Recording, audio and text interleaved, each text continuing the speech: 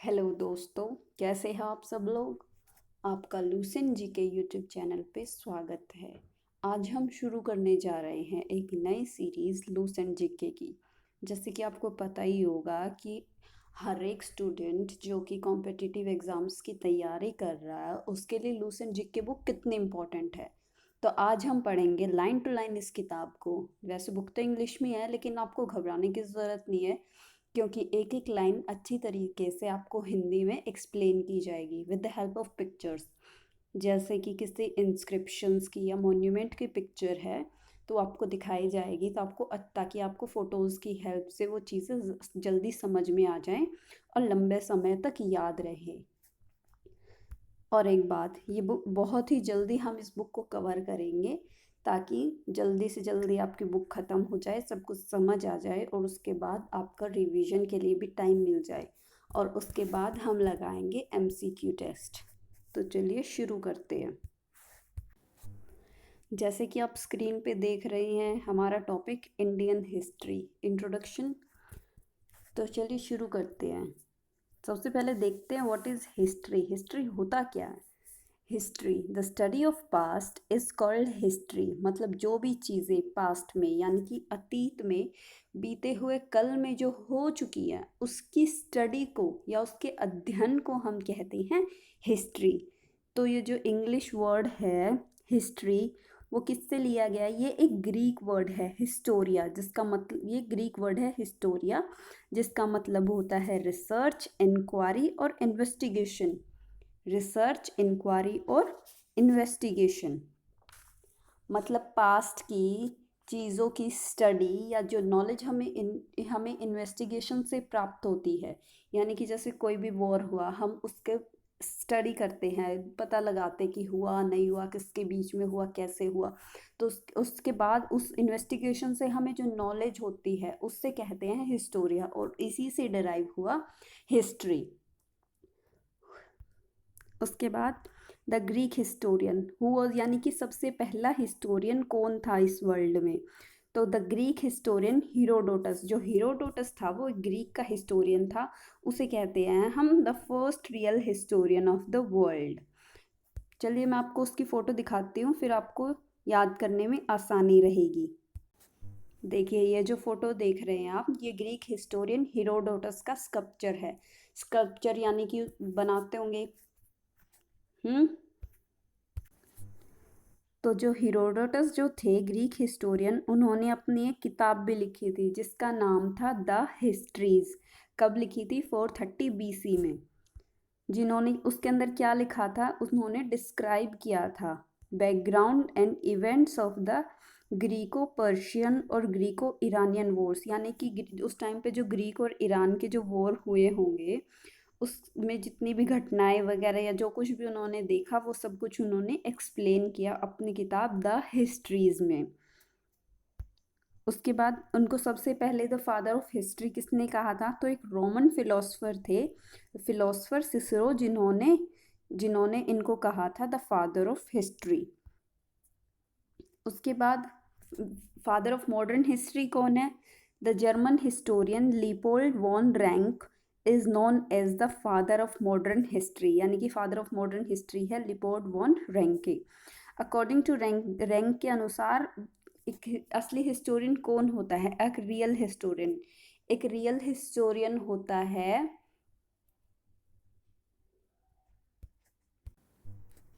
जो अच्छे से सारे पास्ट इंसिडेंट को डिस्क्राइब करे। उसके बाद जर्मन फिलोसफर हेगेल ने, ये सब देखिए इनकी थ्योरीज हैं। जर्मन फिलोसफर हेगेल ने क्या कहा था? उन्होंने कहा था हिस्ट्री इट रिपीट्स इटसेल्फ, मतलब इतिहास खुद को दोहराता है। उसके बाद इसको एक्सटेंड किया था जर्मन इकोनॉमिस्ट और फिलोसफर कार्ल मार्क्स ने। उन्होंने एक्सटेंड करके क्या था? History repeat itself, first as tragedy, second as farce. मतलब इतिहास खुद को पहले त्रासदी के रूप में दोहराता है और दूसरी बार तमाशे के रूप में दोहराता है। देखिए जैसे कि पहले कोई भी लड़ाई वड़ाई हुई, वॉर हुआ, खून खराबा हुआ, तो क्या हुआ, त्रासदी हुई। तो हिस्ट्री पहले क्या हुआ, त्रासदी, और उसके बाद हम उस पर कोई भी इन्वेस्टिगेशन करते हैं, जाके देखते हैं, उस पर अपने व्यूज़ रखते हैं, अच्छा बुरा, तो वो क्या हो गया, एक तमाशे टाइप में हो गया। तो इसलिए उन्होंने कहा था history repeat itself, first as tragedy, second as farce. Farce मतलब तमाशा। उसके बाद according to British historian E.H. Carr ने क्या कहा था, इन्होंने कहा था history is an unending dialogue between past and present. इतिहास अतीत और वर्तमान के बीच में एक अंतहीन संवाद है। देखिए ये तो सब फिलोसफर्स की थ्योरी हो गई, जितने भी ये हिस्टोरियन फिलोसफर्स थे इनकी थ्योरी हो गई, इन्होंने जो कुछ कहा था या अपने व्यूज़ दिए थे।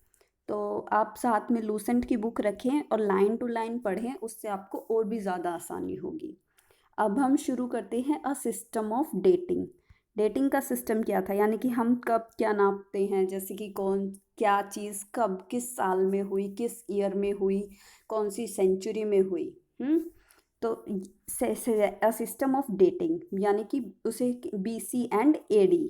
तो देखिए BC की फुल फॉर्म क्या होती है, BC मतलब होता है बिफोर क्रिस्ट, और AD की फुल फॉर्म होती है एनो डोमिनी। BC का अर्थ होता है क्रिस्ट, यानी कि जो क्रिश्चियंस ने दिया था ये, और क्रिश्चियंस के गॉड का नाम क्या है, जीसस क्रिस्ट।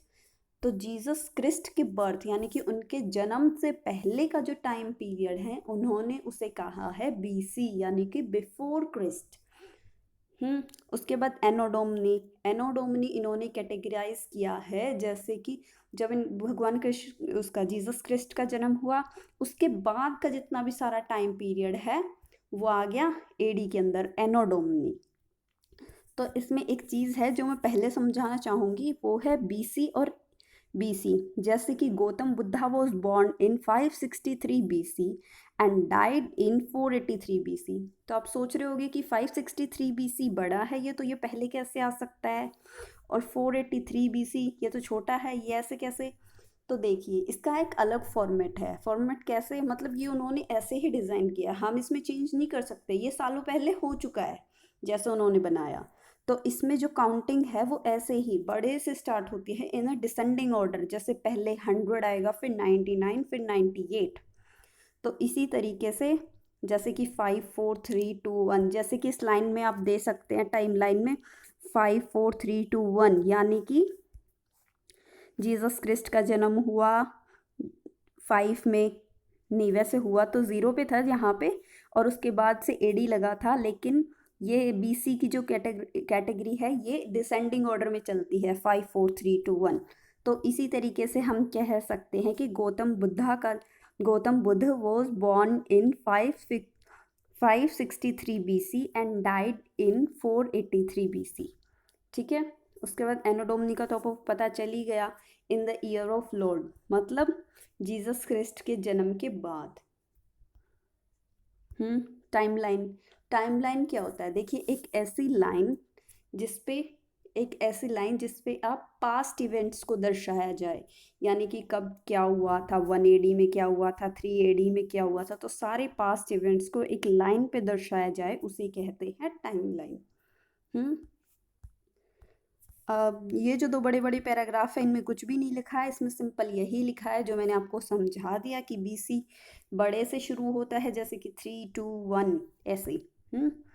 एनोडोमनी तो नॉर्मली रहता है 1 2 3, ये एकदम सही जैसे हमारी काउंटिंग चलती है 1 2 3 4। Then it is time glossary. Time glossary का मतलब होता है समय शब्दावली। समय शब्दावली मतलब जो शब्दावली समय से संबंधित हो, यानी कि रिलेटेड टू टाइम, जो भी वर्ड्स हैं, जैसे कि इसमें नीचे दिया हुआ है डिकेड, फर्स्ट हाफ, सेंचुरी, यानी कि जो वर्ड्स हैं रिलेटेड टू टाइम उन्हें कहते हैं हम टाइम ग्लोसरी। उसके बाद नीचे ये इंपॉर्टेंट टर्म्स दी हुई है, इनका मतलब जैसे कि एक्सप्लेन करती हूँ मैं।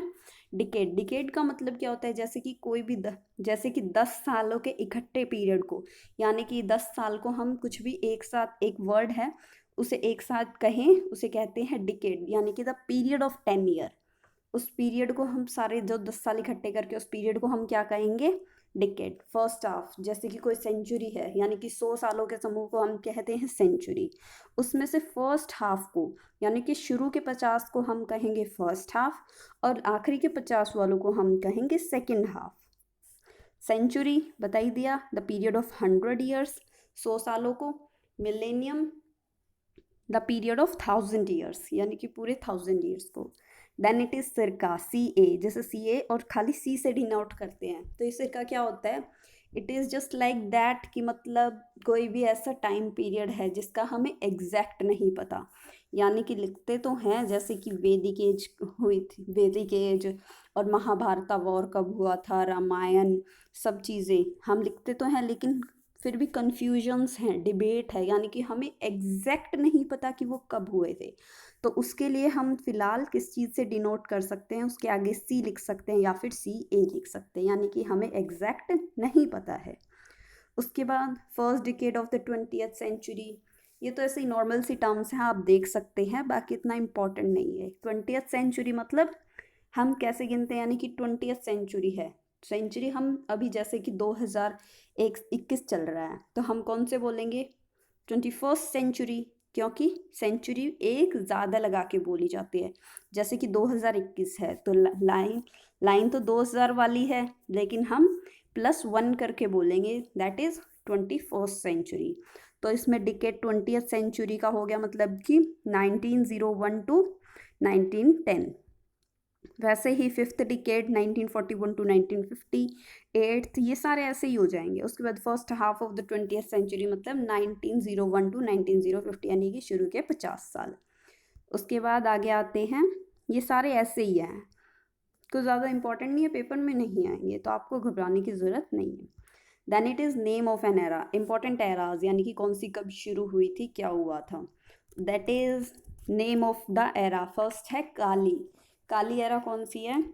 3101 BC से शुरू हुई थी, और इसके रिमार्क्स क्या हैं, यानी कि जब महाभारत की जब लड़ाई हुई थी ना, तो उसके 20 साल बाद ये एरा शुरू हुई थी। देन सेकेंड वन इज सप्तऋषि।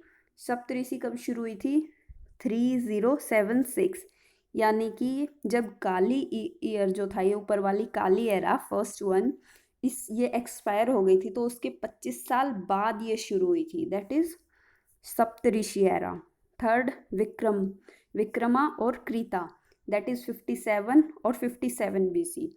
ये कब शुरू हुई थी? कमेंस्ड बाय विक्रमादित्य, यानी कि किसके द्वारा शुरू की गई थी?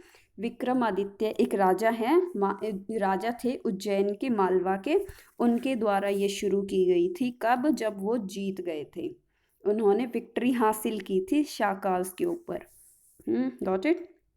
Then it is Saka era. Saka era कब शुरू हुई थी? ये किसके द्वारा की गई थी? कुषाण रूलर कनिष्क के द्वारा शुरू की गई थी। कब? जब वो जीत गए थे, ठीक है। और इसको क्या कहते हैं? सालीवाहना भी कहते हैं साउथ इंडिया में। और द गवर्नमेंट, यानी कि जो इंडियन गवर्नमेंट ने ये अडॉप्ट किया हुआ है Saka era with the Gregorian calendar, ये इन्होंने ही शुरू किया था। उसके बाद Kalachuri era, founded by Abhira king Ishwar Sen, इनके नाम तो देखो आपको याद रखने ही पड़ेंगे। उसके बाद Gupta era, Gupta is an important era, ये कब हुई थी? 319 20 AD में, यानी कि फाउंडेड बाय किसने शुरू की थी? चंद्रगुप्त फर्स्ट ने, पता ही है। उसके बाद हर्षवर्धन तो बहुत ही ज़्यादा इम्पोर्टेंट किंग थे। उसके बाद 606 AD ये शुरू की थी, founded by Harshavardhana. Hijri era founded by Umar. बाकी देखिए इतना ज़रूरी नहीं है, बाकी क्योंकि आगे जब एक्सटेंड होगा, जब डीप में हम पढ़ेंगे तो हमें किंग्स वगैरह के बारे में पता चल जाएगा, तो वो इतना ज़रूरी नहीं है। अभी हमें सिर्फ एरा याद रखनी है और किसने शुरू की थी इंपॉर्टेंट वाली, जैसे कि गुप्ता एरा है वो किसने शुरू की थी? चंद्रगुप्त वन ने। और जो हर्ष एरा है वो किसने शुरू की गई थी? हर्षवर्धन वन ने। और जो विक्रमा एरा है वो विक्रमादित्य वन ने। उसके बाद कोलम एरा, ये कहाँ पे यूज़ की जाती है? मालाबार, केरला में। नेवारी या Nepali, founded by Jayadevamalla. Chalukya by Vikramaditya 6th, जो कि चालुक्य रूलर थे कल्याणी के। उसके बाद Lakshmana era founded by the Sen ruler of Bengal, Lakshman Sen. Ilahi founded by the Mughal ruler Akbar. लेकिन देखिए इस वाले को ना अबोलिश कर दिया था, किसने? मुगल रूलर खुद औरंगजेब ने इसको अबोलिश कर दिया था। Then it is last one, Rajshaka era. ये कब हुई थी? 1673 एडी में, फाउंडेड बाय मराठा छत्रपति शिवाजी। उसके बाद note, development sequence of Gregorian calendar. Gregorian calendar क्या है, ये जूलियन कैलेंडर वगैरह, ठीक है। चलिए ये पढ़ते हैं। जूलियन कैलेंडर तो देखा ही जैसे आपने।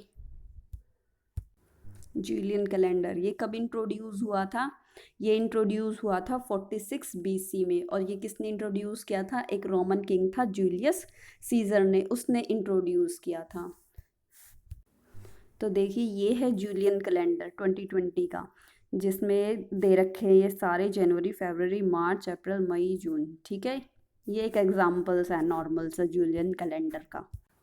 उसके बाद उसी से ड्राइव हुआ, थोड़े बहुत चेंजेस करने के बाद, क्रिश्चियन कैलेंडर। ये किसने इंट्रोड्यूस किया था? ये किया था introduced in 527 AD by monk Dionysius Exiguus ने। उसी से फिर बाद में डिराइव हुआ था, थोड़े बहुत चेंजेस करके, ग्रेगोरियन कैलेंडर, जिसे इंट्रोड्यूस किया था 582 AD में बाय रोमन पोप ग्रेगोरी, ठीक है। उसके बाद ये जो ग्रेगोरियन कैलेंडर है ये ही मॉडिफाइड फॉर्म है किसकी? क्रिश्चियन कैलेंडर की। और जो क्रिश्चियन कैलेंडर है वो किसकी मॉडिफाइड फॉर्म है? जूलियन कैलेंडर्स की। तो ये एक दूसरे जैसे ही हैं, लेकिन मैं आपको दिखाती हूँ ग्रेगोरियन कैलेंडर जो कि थोड़ा सा डिफरेंट। सी दिस वन, ये भी एक टाइप का ग्रेगोरियन कैलेंडर है। अब इसमें डेट्स वगैरह तो कैसे देखते थे ये तो मुझे पता नहीं, बट नेट पे दे रखा था। उसके बाद पॉइंट्स है, जैसे कि the eras except Vikram Saka and Hijri era are either vanished. यानी कि एक कुछ ही जितनी भी एरा हमने पीछे पढ़ी थी ना, ये सारी की सारी वैनिश्ड हो चुकी है। कुछ एक ही बची है, वो भी सिर्फ स्पेसिफिक रीजन्स में यूज़ की जाती है। उसके बाद नेशनल कैलेंडर। नेशनल कैलेंडर कौन सा है? देखिए जो हमारी गवर्नमेंट यूज़ करती है वो है साक सामवत वाला कैलेंडर, जिसे ऑफिशियली यूज़ करती है। उसके बाद बाकी जो ये ग्रेगोरियन कैलेंडर है वो तो यूज़ प्रैक्टिकली, यानी कि हर ऐसे ही नॉर्मली यूज़ किया जाता है। आपने घरों में कैलेंडर देखे होंगे, उसमें जो त्योहार वगैरह फेस्टिवल्स लिखा होता है उसके ऊपर लिखा होता है ना साक संवत, वो वाला कैलेंडर। उसके बाद कन्वर्जन ऑफ एराज, यानी कि कौन सी एरा को किस में कन्वर्ट करना है, ये आप देख सकते हैं। इतना इम्पॉर्टेंट नहीं है एग्ज़ाम पॉइंट ऑफ व्यू से। Then it is period. Bipartite division क्या होता है? देखिए बाई पार्टियाट का मतलब, बाई का मतलब होता है दो, बाई मतलब दो। History is generally divided into 2 periods, यानी कि हिस्ट्री को 2 पीरियड्स में डिवाइड किया गया है, एक pre historic and second one is historic. Pre historic कौन सा है? जिसके हमें कोई भी रिटन एविडेंसेस नहीं मिले हैं, यानी कि हमें लिखित में कोई भी अवशेष नहीं प्राप्त हुए हैं, उस हिस्ट्री को हम कहते हैं प्री हिस्टोरिक पीरियड। अब उसके और किसी तरह के एविडेंसेस प्राप्त हो सकते हैं हमें, जैसे कि चित्र वगैरह, है ना। पहले के लोग चित्र वगैरह बनाते थे ना दीवारों पे, जैसे कि आपने भीमबेटका की गुफाओं का नाम सुना होगा इन मध्य प्रदेश। एक फ़ोटो दिखाती हूँ मैं आपको भीमबेटका की। ये देखिए ये जो फ़ोटो है भीमबेटका की, भी वहाँ के लोगों ने ऐसे दीवारों पे पेंट कर देते थे ये भी। और जंगली जानवरों की भी, मतलब पहले लोग कैसे फाइट करते थे, कौन से जानवर है, तो उस चीज़ से हमें क्या पता चलता है कि जैसे कि अगर घोड़े की पेंटिंग की है तो हमें पता चलता है कि घोड़े, मतलब उस टाइम पे घोड़े वगैरह रहे होंगे, अगर मतलब हमें इस चीज़ का पता चल जाता है हम हिस्टोरियंस वगैरह को। तो ये वाला पीरियड होता है प्री हिस्टोरिक पीरियड। उसके बाद the second one is historic period, यानी कि जिस पीरियड के हमें रिटन एविडेंसेस मिल रहे हैं और मिले भी हैं पहले, उसे कहते हैं हम हिस्टोरिक पीरियड। इन्हें कैटेगराइज किया गया है टाइम पीरियड के अकॉर्डिंग। उसके बाद है 3 पार्टियाट डिवीज़न।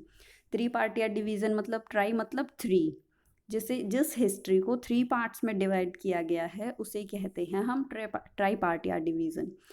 जैसे कि for example pre historic, proto historic and historic. अब ये नीचे आपको दिखाया गया है कि प्री हिस्टोरिक कौन सा था, प्रोटो हिस्टोरिक कौन सा था और ये नीचे हिस्टोरिक कौन सा था। तो चलिए देखते हैं। प्री हिस्टोरिक कौन सा था? The period for which no written evidence is available. जैसे कि आपने देखा स्टोन एज वगैरह का दिखाया ना मैंने अभी, भीमबेटका का। उसके बाद the second one is proto historic. Proto historic कौन सा है? जैसे कि हमें रिटन एविडेंसेस तो मिले हैं लेकिन जो उनकी स्क्रिप्ट वगैरह है वो हम समझ नहीं पाते, यानी कि the script has not been deciphered. समझ नहीं सकते कि हम कौन सी भाषा है, कौन सी लिपि है, ये सब चीज़ें। ठीक है। Example Indus valley civilisation and वैदिक कल्चर। मैं आपको एक इंडस वैली सिविलाइजेशन की दिखाती हूँ, 1 मिनट।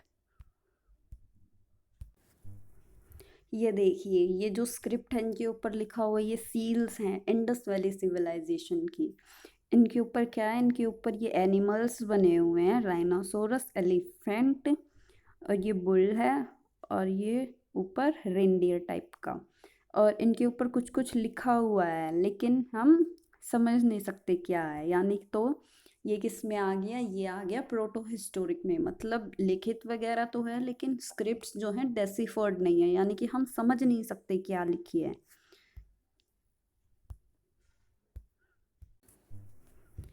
तो ये थी इंडस वैली सिविलाइजेशन की स्क्रिप्ट्स जो कि आती हैं प्रोटो हिस्टोरिक पीरियड्स में।